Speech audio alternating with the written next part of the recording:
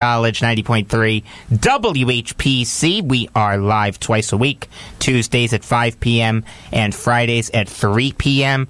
I'm Jacob Volk. Sitting across from me, Eric Fischetti, Joe Ardita, and the true hockey maven. Tell that other guy can't say that enough, Eleanor Chompy.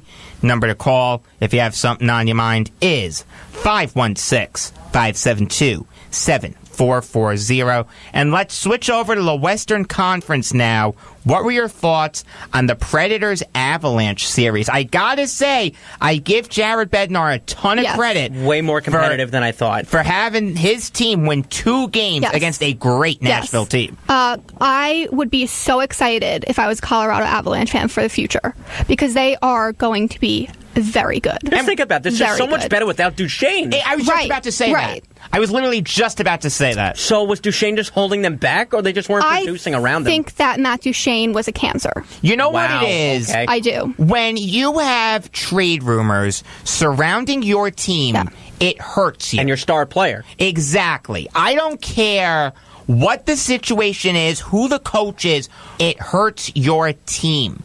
It's just that simple. And when Duchesne was traded, the Avalanche were liberated. Mm-hmm. They were free to, think themselves, okay, we're not going to be included in a Matt Duchesne trade. We're going to play for Colorado. We're going to play in spite of Duchesne. I don't know if I would go as far as to say he's a cancer, but I agree with the basic premise of your thought that he was holding the Avalanche back. Speaking of being free, I'm sorry to cut you off, Eleanor. Marcus Smart's playing Game 5. Wow. Okay. That's interesting. I still think the Celtics are going to win this series. It's just a lot more difficult for him. Marcus Smart helps. Than I thought they were going to be. Yeah, Marcus Smart is very good. Out of Oklahoma State. Oklahoma State, yep. Hey, yay me. But with Colorado, my ego trip. You look at Nathan McKinnon before the Matt Duchesne trade, and you look at him after the Matt Duchesne trade, and it is 2 completely different players. Oh, it's night and day. His production went up a ton, and he's been the best player for the Avalanche, like he was supposed to be. I mean, he had the sophomore slump, and now he's back. And I'm so happy for him. And Colorado was playing out without their number 1 goaltender, Varlamov. Yeah. So, I don't know if I want Andrew Hammond on the Islanders now, though, after seeing him implode. Yeah, exactly, the hamburger. I think Let me ask you something, Eleanor, because it's obvious that I value your opinion. Forget the fact that you hate the Islanders. If you were Garth Snow, obviously you do a million things differently, but would you bring Andrew Hammond in? I can tell you this, I would. Hold on, I really want to hear Eleanor's thought. I think I would. Okay. I would. What I was going to say was I'd rather Eleanor run the Islanders than Garth Snow. Yes, that was my point that I was going to make. Well, my dead grandmother could run the Islanders better than Snow. You do get the veteran presence, even though he's not super old and he hasn't played really that much, but he's been around. Yeah, exactly. And I think that would be good for the Islanders. You know what I can think of, honestly? He could be like Nabokov. That'd be interesting. I like defending Nabokov. I just thought about that. Nabokov's been around. He was a veteran. Yeah, I think it was 4 or 5 years ago he gave my brother's team pregame pep talk before one of their biggest games. Yeah, I mean, he's a really nice guy. I know that. So, it's kind of funny. Going back to the Islanders for a second, my dad brought up a very interesting question to me. If John Tavares doesn't re-sign, does Garth Snow get fired then? It's kind of interesting. It's kind of an interesting thought. Because firing him after John Tavares doesn't resign, it's the worst time to fire him. Because it doesn't give the new GM any time to put his stamp on the team. Right.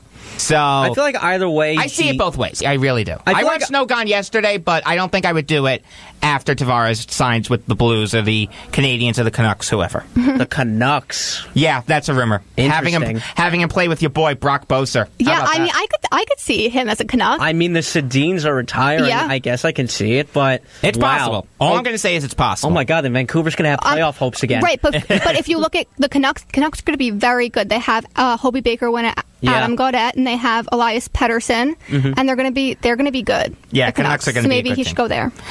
It's kind of funny. The Canucks, they kind of did the same thing. It's kind of similar to Eli Manning, a little bit. What they do? In the sense that they kept the Sedins on for such a long period of time, and it hurt them. You can see that it hurt the Canucks. It's kind of an interesting comparison to Eli. If you keep him on for too long, but at that it's point, going to end up hurting. Yeah, but at that point, was Eli hurting the Giants?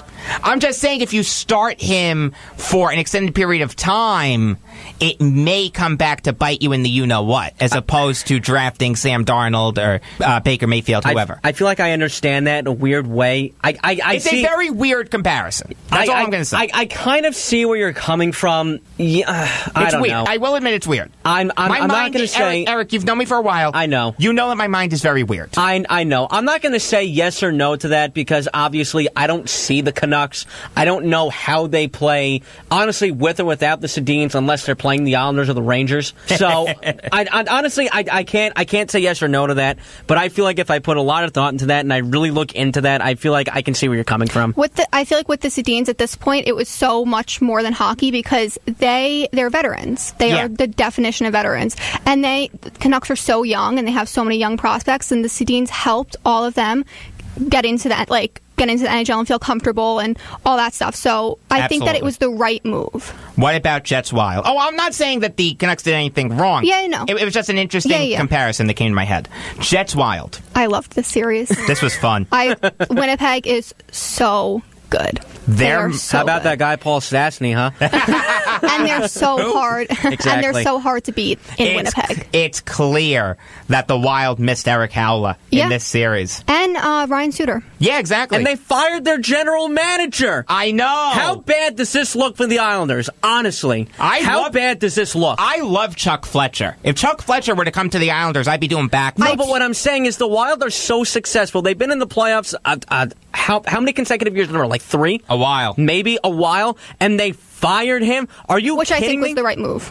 Yeah, but even so. I know what you're saying. The Wild were still successful under him. He put the team together, sure. He also put Eric Halla in, Vegas's hands, but that's a different story. How bad does this look for the Islanders where Garth Snow, who has no success whatsoever, except for maybe Johnny Boychuk and Nick Leddy, even then that's up for concern. It's no because success. apparently, if Nick Leddy was playing in the Masters, he would have won. He had a -40 for the year. What? It's been one playoff series victory? No move that Snow has made has worked out. Yeah, but seriously, Garth Snow still has a job. That's the thing that annoys me. Eric, I agree with you 100%. I know. I'm preaching to the choir. I know that. I'd fire him yesterday. But with the Wild, they did not have a good series. Devin Dubnyk did not play well, but he didn't have great defense in front of him. And when Zach Parise went down with the fractured sternum, you knew that they were done. Losing Howla and Suter hurt them. And Zach Parise carried the Wild on his back the entire season. Zach Parise could have been an Islander. Yeah, and Nina Ryder, really? Yeah. Nina Ryder, Jason Zucker, they had to be better, and they weren't. And Winnipeg was just so good, and Connor Hellebuyck was good. And you look again with the difference in goaltending. Devin Dubnyk did not play well, and Connor Hellebuyck was lights out. So when you have a good goaltender, it gives you the chance to win. So on that note, let's take a quick break. Don't go anywhere, because we'll be talking baseball next. But first, I got to tell you about a great show that we have on this station. It's called Jewish Talk. It's on Sundays at 8:30 a.m. My pal, Rabbi Pearl, thinks in Jewish, but speaks in English, featuring the best in Jewish talk and issues affecting the Jewish community. We'll be talking baseball next on Beyond the Game on the Voice of Nassau Community College, 90.3 WHPC. Hello, it's me, the designer jeans in your closet. The back of your closet? What am I doing here? Would you keep caviar in the back of your fridge with the ketchup and old milk? Yeah, I don't think so. So, what happened to us? I mean, have you seen my label? I used to summer in the Hamptons, and now I'm stuck behind a pair of sweats. Sure, I never really fit you quite right, and one of my pockets is so small you can't even squeeze your hand into it. But it's all about the look. And I look good. I need to get back out on the scene so I can be seen. You know, going to fancy parties, getting expensive iced coffees, Sunday fun days, okay? So take me to Goodwill, where I can really make a difference. Your donations to Goodwill create new jobs, training programs, and education assistance for people in your community. To find your nearest donation center, go to goodwill.org. Donate stuff. Create jobs. A message from Goodwill and the Ad Council. Alexa, can you please do my food shopping today? Food shopping today added to your shopping list. Alexa, can you do my math homework for me? I'm not sure. Alexa, play WHPC. play WHPC. You can now listen to the voice of Nassau Community College on your Amazon Echo. Simply say, Alexa, play WHPC. I am already playing WHPC. Sorry. So go ahead and buy a silicone steamer in the shape of a faceless melting pig.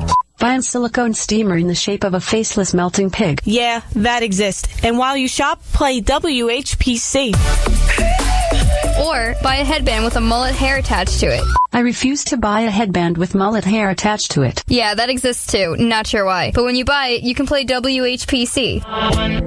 So play WHPC on your Amazon device today. And thanks for listening to 90.3 WHPC. 90.3 WHPC reminds you that smoking causes immediate damage to your body, which can lead to cancer, heart disease, smoke, asthma, and respiratory diseases such as emphysema and chronic bronchitis. If you've tried to quit before and it didn't work, try again. If you or someone you know wants free help, visit cdc.gov/tips or call 1-800-QUIT-NOW. This message from the Centers for Disease Control and Prevention in the voice of Nassau Community College, 90.3 WHPC. Here it is. Oh, I love this one. I love this one because my mom came up with it. That's the only reason why. See, you're a family man. Exactly. Your mom's more creative than you. Well, I do care. Wait, what'd you just say? Wait. My mom's more creative than me. She didn't come up with Howdy Doody. No, I know. That was cool. I like the Howdy Doody one. That was cool. That one's my favorite. You're listening to Beyond the Game on the voice of Nassau Community College, 90.3 WHPC, and there is no way to sound cool with that bed music playing in the background. Just learn that. We are live twice a week, Tuesdays at 5 p.m. and Fridays at 3 p.m. I'm Jacob Volk. Sitting across from me, Eric Fischetti, who you can follow on Twitter at Sergeant Fish, and Joe Ardita, who you can follow on Twitter at JoeCoolNY. Of course, you can follow me on Twitter at RealJacobVolk. Number to call if you have something on your mind is 516-572-7440. And let's get to baseball, something that the afternoon drive on the Fan has never done. Tonight, the Yankees... Well, you know what? Honestly, that's a big reason why the guy on my shirt, Mike Francesa, is coming back. It's because their Yankee talk is non-existent. And when they do it, it's so bad. Can I ask you something? Yeah. I honestly haven't listened to them at all. I listened to their first show. That was it. I gave them a shot on their second show. How are the ratings for them? They lost to Michael Kay in the 18 to 35 male demographic, 4.4 to 4.2. And Close. it was close, but that was the final nail in their coffin. Chris Russo was saying for the whole time, get a rating, then talk to me. Get a rating, then talk to me. Well, they got a rating, and while 4.2 is a good rating, it's less than Kay's 4.4, and that's what hurts them. And I'm telling you, the main reason why they lost to Kay is because their Yankee talk was so bad.